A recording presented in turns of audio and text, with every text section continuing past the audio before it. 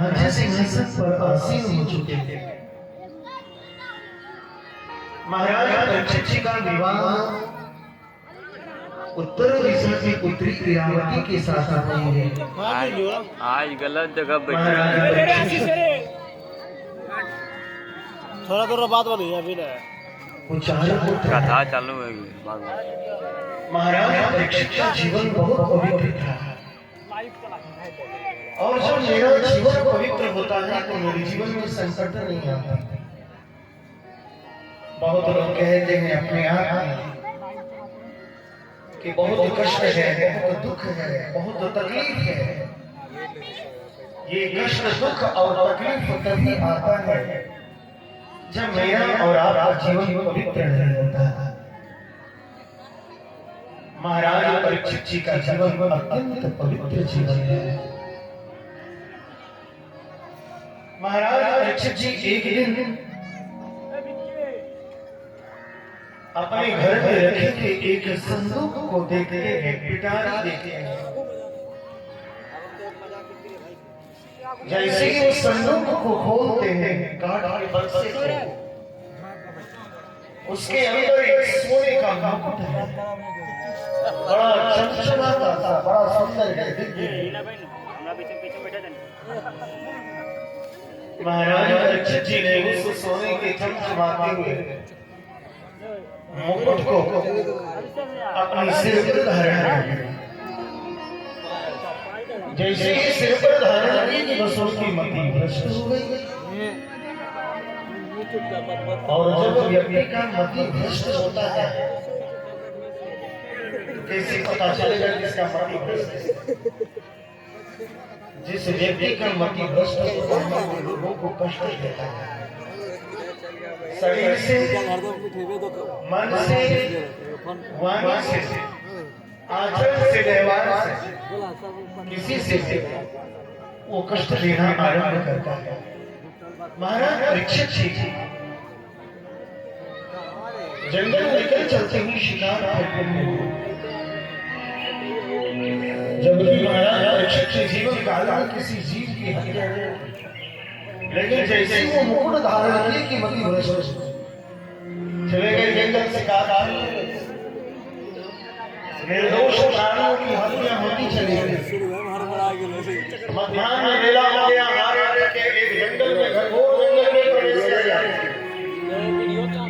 वहां पर उन्होंने देखा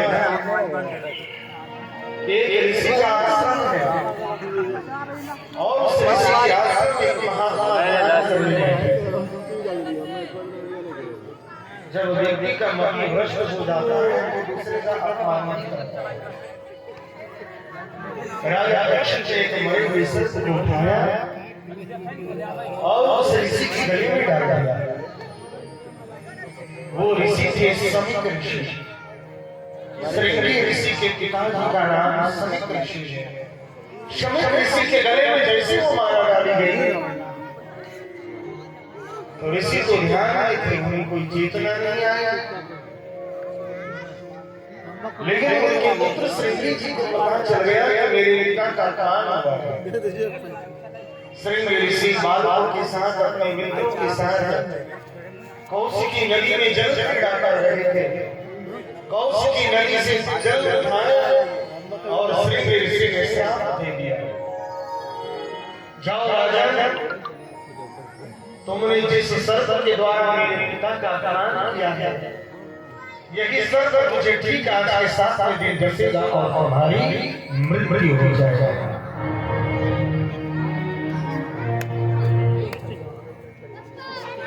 और उनकी मृत्यु हो जाएगी। जैसे महाराज परीक्षित अपने घर आए। घर आने के बाद सोने के मुकुट को उतारा, बुद्धि सिद्ध हो गई। पता करना था कि सोने के मुकुट में क्या था। बोला ये सोने का मुकुट के पूर्वजों ने अनीति और अन्याय से जो उपार्जित धन है उसी धन को एकत्रित किया था। अर्थात वो मुकुट जरासंध का था। जरासंध को जब भीम और सहदेव ने मार दिया तो जरासंध के पुत्र आए और उनसे वह मुकुट मांग लिए, लेकिन भीम ने उस मुकुट को जबरदस्ती संदूक में रखा। तात्पर्य है कि हम लोग भी अपने बच्चों के लिए चोरी करके, लूट पाट करके, बेईमानी से काम करके धन संपत्ति मत रखिए। शुद्ध धन रखिए उनके जीवन के लिए। अशुद्ध धन आपके जीवन को तो जो करेगा करेगा, लेकिन आपकी आने वाली पीढ़ी को नष्ट कर देगा। इसलिए घर में कभी भी अशुद्ध धन का प्रवेश नहीं करना चाहिए। विवेक और अपने बालों बच्चों के लिए भी अशुद्ध धन रखना ही नहीं चाहिए। जितना शुद्ध धन हो वो करा ही रखें।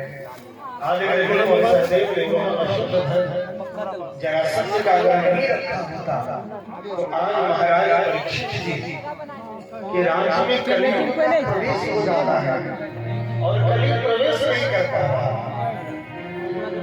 लेकिन आज जैसे ही अशुद्ध धन का काम हुआ कि कलयुग का प्रवेश हो जाता है। निर्दोष जीवन की हत्या करने लगे, संस्थाओं का अपमान करने लगे, जो हम लोग नहीं करते। समाज में एक दूसरे का काम करते, धर्म की निंदा करते। अरे निंदा करने योग्य जो कर्म है समाज में, वही कर्म का निंदा करना चाहिए। अगर कोई व्यक्ति समाज में शराब पीता हो उसकी निंदा करिए ना। अगर समाज में कोई नशापान करता हो, हिंसा करता हो, उसकी निंदा करिए, लेकिन उसकी निंदा को नहीं करते हैं। उसको तो कहते हैं ये ब्रिगेडियर है, ये बॉस है, उससे मिलने ही लगते हैं, उसको बुला के घर में चाय पिलाते हैं। लेकिन जो भगवान की कथा कराए, जो अखंड कराए, जो संकीर्तन कराए, जो सत्संग कराए, जो भंडारा कराए, उसको अपराधी मानते हैं, उसकी निंदा करते हैं। दुर्भाग्य है उसके जीवन का, दुर्भाग्य है उसके मस्तिष्क का, दुर्भाग्य है उसके सोच का कि इतनी सुंदर गांव घर में भगवान की कितनी कथा हो रही है तो कई लोग इस कथा का निंदा करने में लगे, निंदा करने में लगे। वो लोग कह रहे हैं, लोग महाराज जी को कुछ बोल देते हैं। मैं बताता हूँ भाई किसी की बात को नहीं सुनता और मेरे पास कोई नहीं आते हैं तो कोई बिंदु को लेकर गए, लेकिन मुझे क्या था व्यास भगवान सब देखते हैं। इसलिए निंदा धर्म की नहीं हो, निंदा संत की नहीं हो, निंदा वेद की नहीं हो, निंदा कर्म की होनी चाहिए, निंदा सत्कर्म का नहीं। जब निंदा का सत्कर्म करने लगे तो समझ लो कि तुम्हारी माटी भ्रष्ट हो गई और तुम्हारे घर में तुम्हारे बाप दादे ने अन्याय का धन रखा है। वही अन्याय के धन को भोग करके तुम्हारी माटी भ्रष्ट हो गई। जब तुमने सत्य वेद निंदा करना आरंभ कर दिया, महाराज परीक्षित जी चिंतित हो जाते हैं कि ये मेरे से क्या हो गई, मैंने कौन ऐसी भूल कर दी, मेरे पूर्वजों ने कभी ऐसा कर्म नहीं किया। पश्चाताप होता है, पश्चाताप सागर में डूबते हैं और अपने पुत्र जन्मे जो तो गुलाम जन्मे जाए, ये दो राजा सिंहासन पर मैं जंगल की ओर चल रहा। क्या बात, मनुष्य कुकर्म करके भी सावधान नहीं है। लेकिन महाराज परीक्षित के जीवन में एक गलती हुई, लेकिन सावधान हो गए। हम लोग भाई साहब अनेकों गलती करते हैं, दिन रात गलतियां कर रहे हैं, फिर भी हम सावधान नहीं हैं। तो भागवत जी कहते हैं कि जीवन में अगर तुमने गलती की है तो तुम इस गलती के बाद तुम सावधान हो जाओ। इस गलती से सावधान हो जाओ। सावधान होने का जीवन पश्चाताप करो। महाराजा परीक्षित ने गृह का कार्य कर दिया,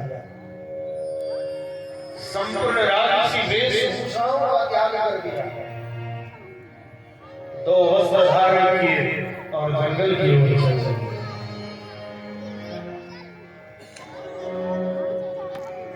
दो वस्त्र धारण करके जैसे ही जंगल की ओर चले गए तो कहां गए, तो गंगा के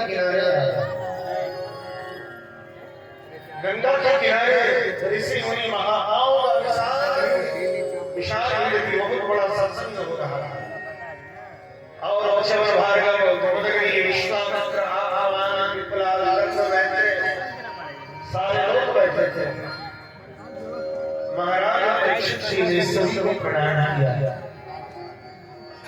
सभी ने महाराज परीक्षित जी जय जयकार करके महाराज परीक्षित जी की जय हो। आप परीक्षित जी महाराज आए आप मेरी जयकारा क्यों लगा रहे हैं?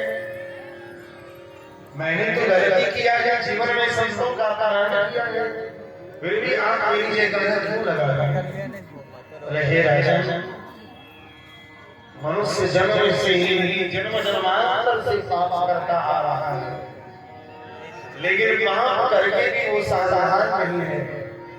जीवन में तुमने एक गलती की है और तुम सावधान हो गए, इसलिए आज से तुम राजा नहीं तुम राजर्षि हो गए। हे राजर्षि परीक्षित थे प्रणाम। हे राजर्षि परीक्षित जी महाराज आपको प्रणाम है, क्योंकि आपने गृह का त्याग कर दिया है। महाराज परीक्षित जी ने सभी से निवेदन किया कि मुझे शाप मिला है कि मैं आज के 7वें दिन मरूंगा। अगर महाविष्णु यज्ञ करता हूं तो 9 दिन का होगा, महारुद्र यज्ञ करता हूं तो 11 दिन का लगेगा। कल बताया कि जब हाथी आए थे चुटकी बजाना और भगवान का नाम लेते, जब हाथी आ गए हाथी नींद आलस्य से तो मुंह गुंज जान होने लगे, जब जमाई जाए तो चुटकी बजाइए और भगवान का नाम शिव शिव नाम दुर्गा दुर्गा जो भी नाम आप जपते हैं ये जरूर करना है, जिससे आलस्य तंद्रा भागती है। ये कुंभकर्ण की पत्नी की गोतनी है। कुंभकर्ण को जब भगवान श्री रामचंद्र जी जब मारे थे तो उनकी पत्नी का नाम निद्रा देवी। निद्रा देवी और श्री राम जी के पास आती है और कहती है आपने मेरे पति को मार दिया, क्या कहा है? बोला जब जब अग्नि में भगवान की कथा होगी तुम चली जाना, वहां तुम्हारे बहुत गोतनी मिलेंगे, बहुत देवर मिलेंगे, बहुत भैंसुर मिलेंगे, तुम सबके पास चले जाना। तो भैंसुर जो है उनको नींद तो आएगी नहीं, क्योंकि भैंसुर के पास तो सटेगी नहीं, लेकिन देवर के पास और गोतनी के पास जरूर सटेगी। तो जरा ध्यान दीजिएगा, कहीं कुंभकर्ण की पत्नी निद्रा देवी की कोई गोतनी और देवर अगर मिल जाए तो तुरंत सूचना आप जी को देंगे। बोलो प्रेम से वत्सल भगवान की। महाराज परीक्षित जी ने कहा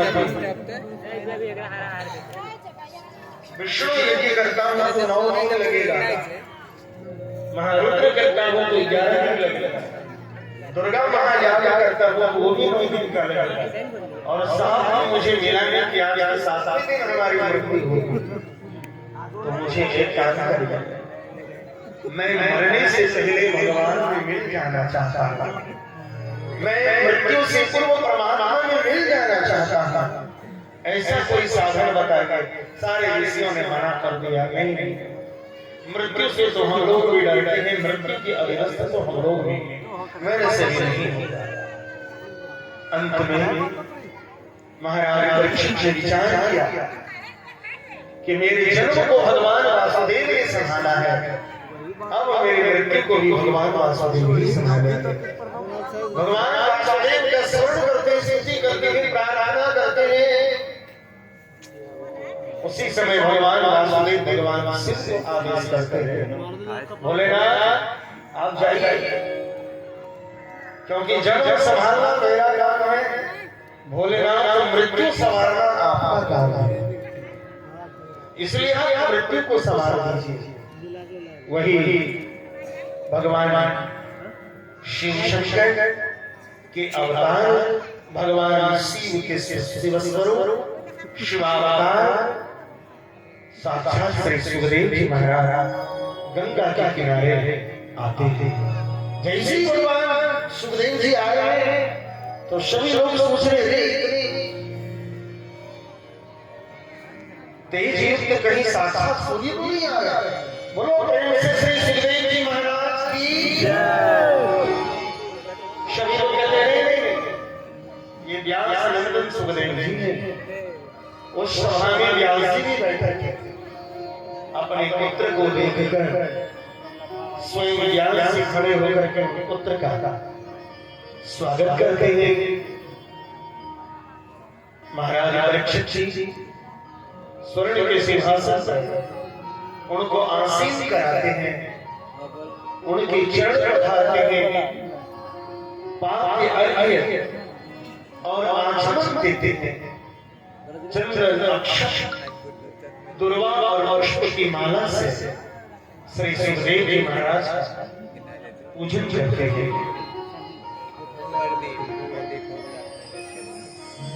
हीन लोक नवखंड में गुरुदेव बड़ा कोई करता करी न कर सके, गुरु करे सो।